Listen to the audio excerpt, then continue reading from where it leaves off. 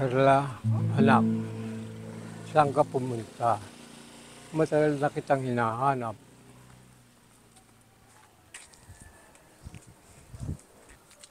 Ineng, nakita mo ba si Carla? Ay, hindi po, tay.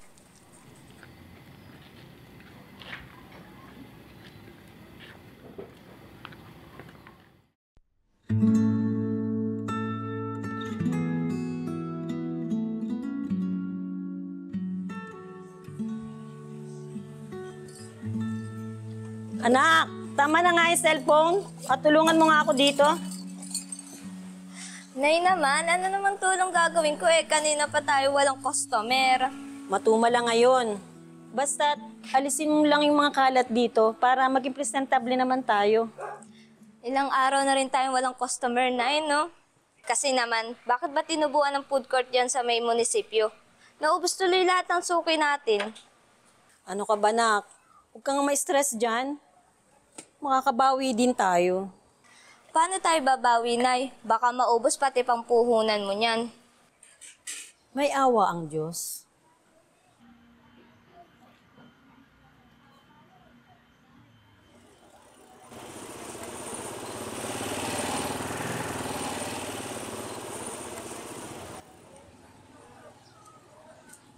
Gina, nakita po ba niyo yung aking anak na si Carla?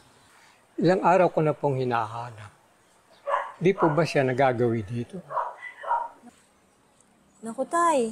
Hindi po eh. Pero ano po ba itsura ng anak niyo? Sinlaki ni Ineng.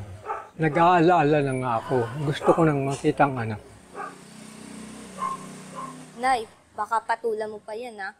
Kita mo nang wala sa sarili. Sakyan mo na lang para umalis agad. Tumigil ka ng bata ka. Hindi ko po talaga nakita eh. Pero kumain na po ba kayo? Ay, mabuti pa po. Umupo muna kayo dyan.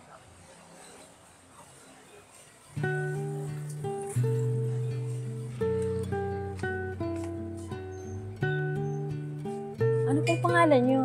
Marcelo po. Nay, wala pa tayong benta, namimigay ka kaagad. Tsaka andong isang matanda, oh. Lalong walang kakain dito. Mawawala ng gana. Sige tayo. Kain ka lang dyan.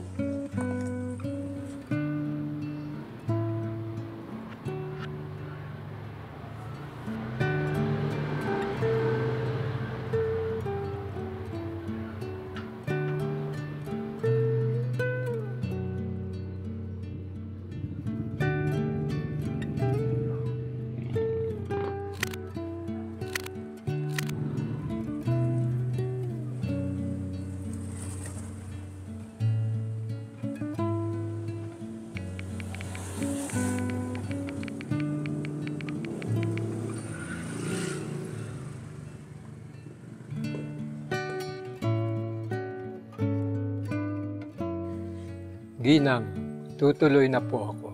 Mangyari lang pong ipaalam niyo sa akin kung makita niyo ang aking anak. Opo naman, tay. Mag-ingat po kayo.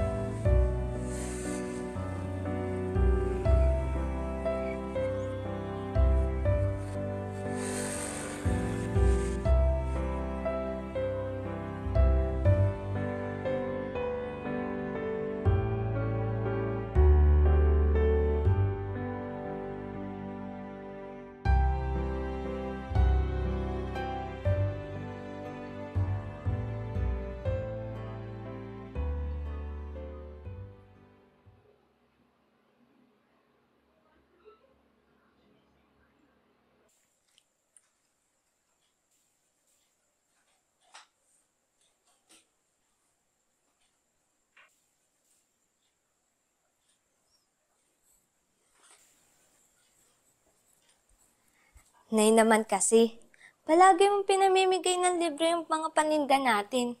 For the most charitable nga ang person. Pero ayan, nalulugi naman tayo. Anak, makinig ka ha, at intindihin mo itong mabuti. Sa tuwing nagkakaroon tayo ng pagkakataon, tumulong sa kapwa, dapat huwag nating palagpasin. Dahil ang bawat pagkakataon na makapagpapakita tayo ng awa ay pagkakataong ibinibigay ng Diyos para tayo ay kaawaan din. Hindi naman natin ikahihirap yung kaunting tulong na binibigay natin.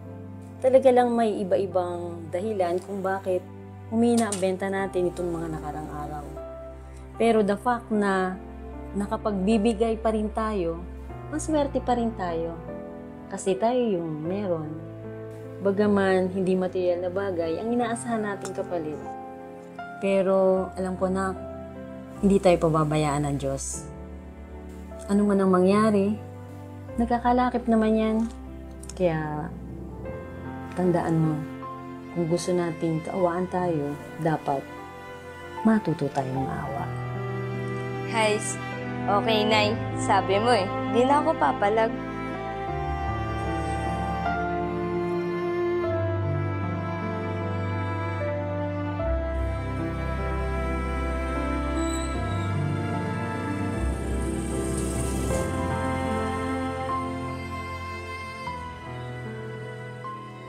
Alam mo, Ineng, naaalaala ko talaga sa iyo ang anak kong si Carla.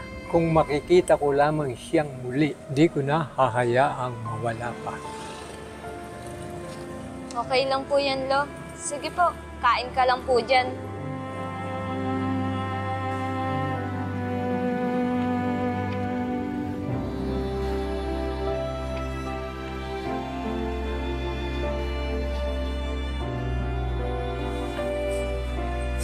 Lolo!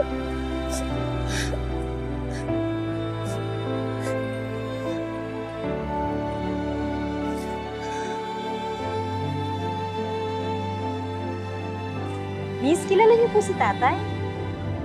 Opo, Mrs. Lolo niyo po itong matanda. Matagal na po namin siyang hinahanap. Buti na lang po at nakita namin sa social media yung ipinost ng anak ninyo at itinuro kami ng barangay dito. Thanks sa'yo, Lisa, ha? May Alzheimer's disease po kasi si Lolo. Isang araw, bigla na lang siyang nawala. Lumabas daw ng bahay. Nakasakay ata ng jeep hanggang sa kung saan-saan na napunta. Buti na lang po at dito siya napadpad sa lugar ninyo. Naku, nga po. Salamat naman po sa Diyos at nakita niyo rin siya. Maraming salamat po sa pagtulong sa lolo ko. Nabalitaan po namin sa barangay na palagi niyo po siyang pinapakain dito. Wala po yun. Nakakaawa naman po kasi si tatay. Kahit naman po sino siguro, maaawa pag nakita siya. Maitanong ko po pala, ano nga po palang pangalan niyo? Ay, pasensya na po. Nakalimutan ko tuloy magpakilala. Ako po si Carla May Estrella. Carla May? Ikaw po ba si Carla? Yung hinahanap ni Lolo? Ay, hindi po. Nanay ko po yun. Nawala po kasi siya nung bata pa. Pero natagpuan naman po agad after ng ilang araw. Pumanaw na po siya 2 years ago. Sobrang nalungkot po si Lolo. Kaya yun siguro ang bumabalik sa alaala niya. Pero salamat po talaga. Maraming salamat po. Sa Diyos po tayong magpasalamat.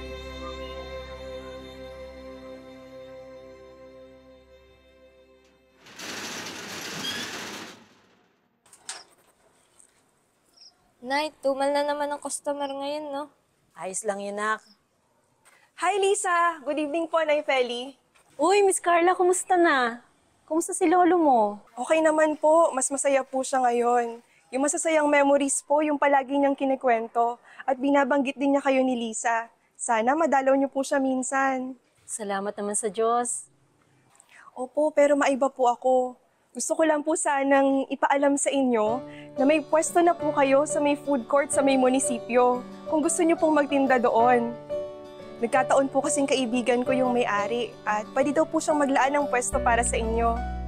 Naku, talaga? Nakakahiya naman. Parang hindi ko yata matatanggap. Hindi naman kami humihingi ng kahit anong kapalit. Naku, Nay, wag na po kayong mahiya. Tanggapin niyo na po. Kung kayo nga po naawa sa lolo ko, Hayaan niyo naman pong magkaroon kami ng pagkakataon na makagawa ng mabuti sa inyo. Alam ko po kasing mahirap na ang customer dito sa pwesto ninyo. Hindi naman po namin maaatim na nasa ganito kayong kalagayan. Sige po, salamat po sa Diyos, Miss Carla.